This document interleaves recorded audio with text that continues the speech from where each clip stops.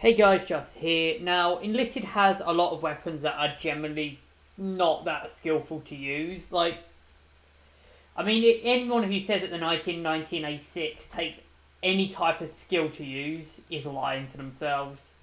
But that's really what this video is going to be about. I'm going to be looking at pretty much the top 10 most skillless weapons in the game. And these are weapons across all campaigns. I'm not going to do the one weapon per one campaign rule this time. I'm actually going to have pretty much, just what I think are the top 10. So, yeah. We'll start with what I think is number 10 and work our way down to number 1.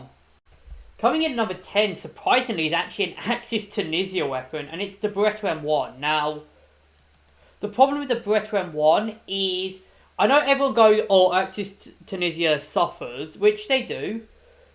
But the problem with the Beretta M1 is it is too powerful for the level that it comes at.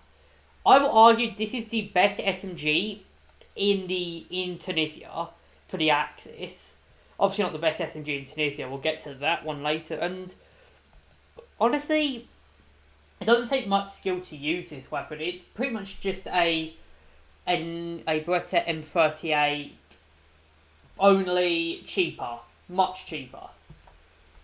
It's a very good weapon, and I will say I do like that the fact that they have the Beretta M1 over something like, because obviously, give us something like the MP40 against the Manchester would probably be a little bit unfair, but yeah. Beretta M1 comes in easily at number 10.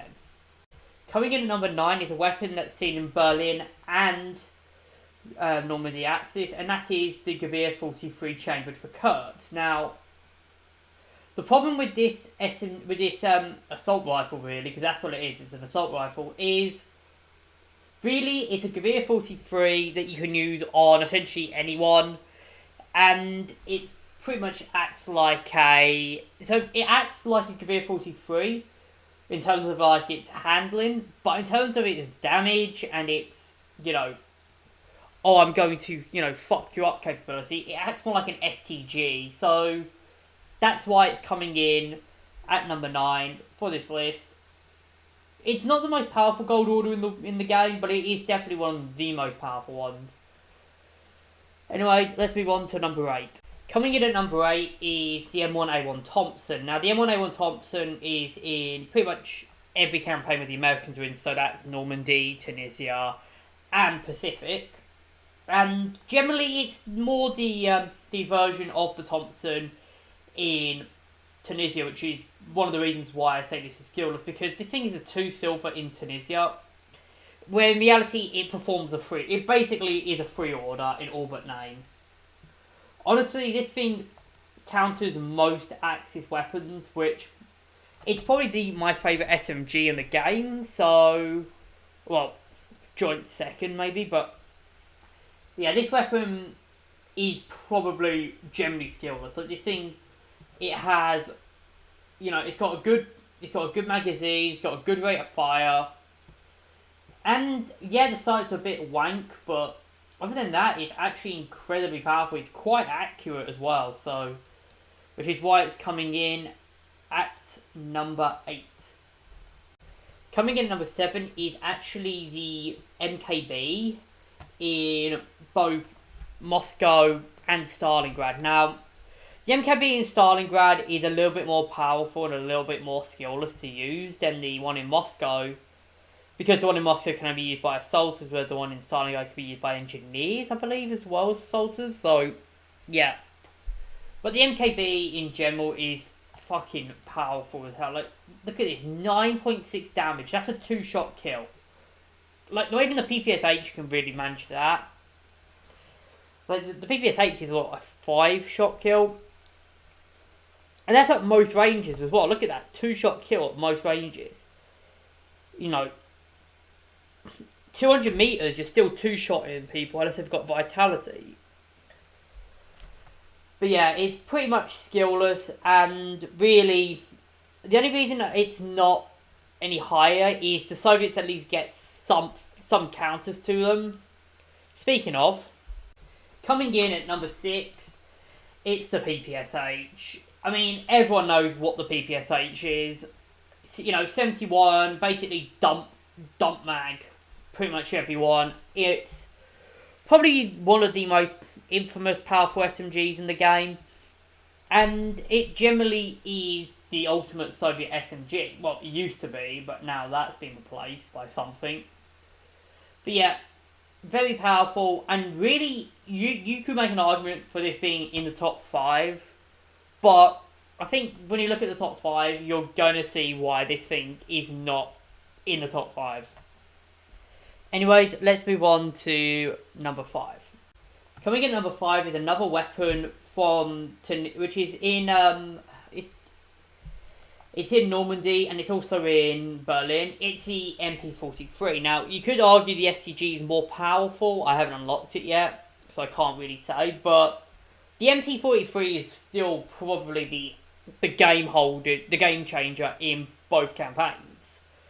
This thing essentially is it's really powerful. You can see here, it's pretty much got near identical stats to the other really powerful weapon, which was the MKB 42, which is another really powerful assault rifle. But this thing has better recoil patterns, and it's also used in Normandy and Berlin. So, yeah, in Normandy, this thing is top dog, or it used to be until the STG came along.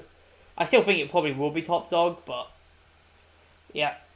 Anyways, let's move on to number 4. So coming in at number 4, and this one's going to be at no surprise, it's the Drum Mag Thompson. I don't think I need to explain this. It's the highest damaging SMG in the game, really only beaten by the assault rifles, but the assault rifles have less ammo. And this thing, is much better in close. This thing melts in close range, and even in mid-range it's okay, so yeah. It's pretty much just a fuck you button in close range. So, do I even need to explain why this thing is number 4? Coming in number 3, another Normandy weapon. This one is, of course, the 1986. Another weapon I think that we were expecting in. Now, when this thing launched, it had no recoil. It was actually bugged, so it had no recoil. That meant you could snipe around the map with this thing. It was generally one of the most powerful weapons, and it still is the most powerful normal unlock weapon in the game, in my opinion. It is by far the most skillless weapon, that you unlock. So you might be thinking, wait, then why isn't it number 1 then? Why is it only number 3? Well, there was a few gold orders that I think were just even more skillless than this. Coming in at number 2 is actually the MKB-42W. Now, the reason this thing beats out the actual other MKB and comes at number 2 is because it's a gold order. And because this is so common, like the EMP before it, you can get it in Moscow, you can get it in Normandy, you can get it in Berlin, and you can get it in Stalingrad. So there's nothing really stopping you from just getting 4 gold orders, basically cramming getting the campaigns and cramming them in one campaign, like, for example, Moscow, which is probably what I'm going to do. Despite this, however, I would still say that this thing isn't even the most overpowered weapon, the most skillless weapon to use in the game, because at least you have a bit of a gold order investment in it. And if we're being honest, you could say that the MKB-42H is, it's its competition, so that's why it's coming in at number 2. Coming in at number 1, I don't think this comes at any question. It has got to be the PP, whatever this is, 1941. Basically, it's essentially a PPSH with more ammo. Let me repeat that. It's a PPSH with more ammo. Yeah. Or more like a PPD with more ammo, actually, because look at that ammo capacity. That is the second highest, I think, of any weapon in the game. Only thing beating it is the 1986, which was number 3 on this list. Yeah, this is unlocked. This can be bought in Normandy, Berlin, and Stalingrad. So, Yeah, you can generally get a lot of these quickly. Like, you can get 3 of these in a squad and combine it with maybe something else, and that is insanely powerful. Like, even when you compare it to what the Soviets have normally, like, I would say it beats out these. It definitely beats out the PPDs. It beats out the PPDs. It beats out the PPSH. It is easily the most skillless weapon in the game. Anyways, I'm going to end this video here. I hope you guys have enjoyed. Leave your thoughts in the comments, what you guys think, and I'll see you guys in the next video.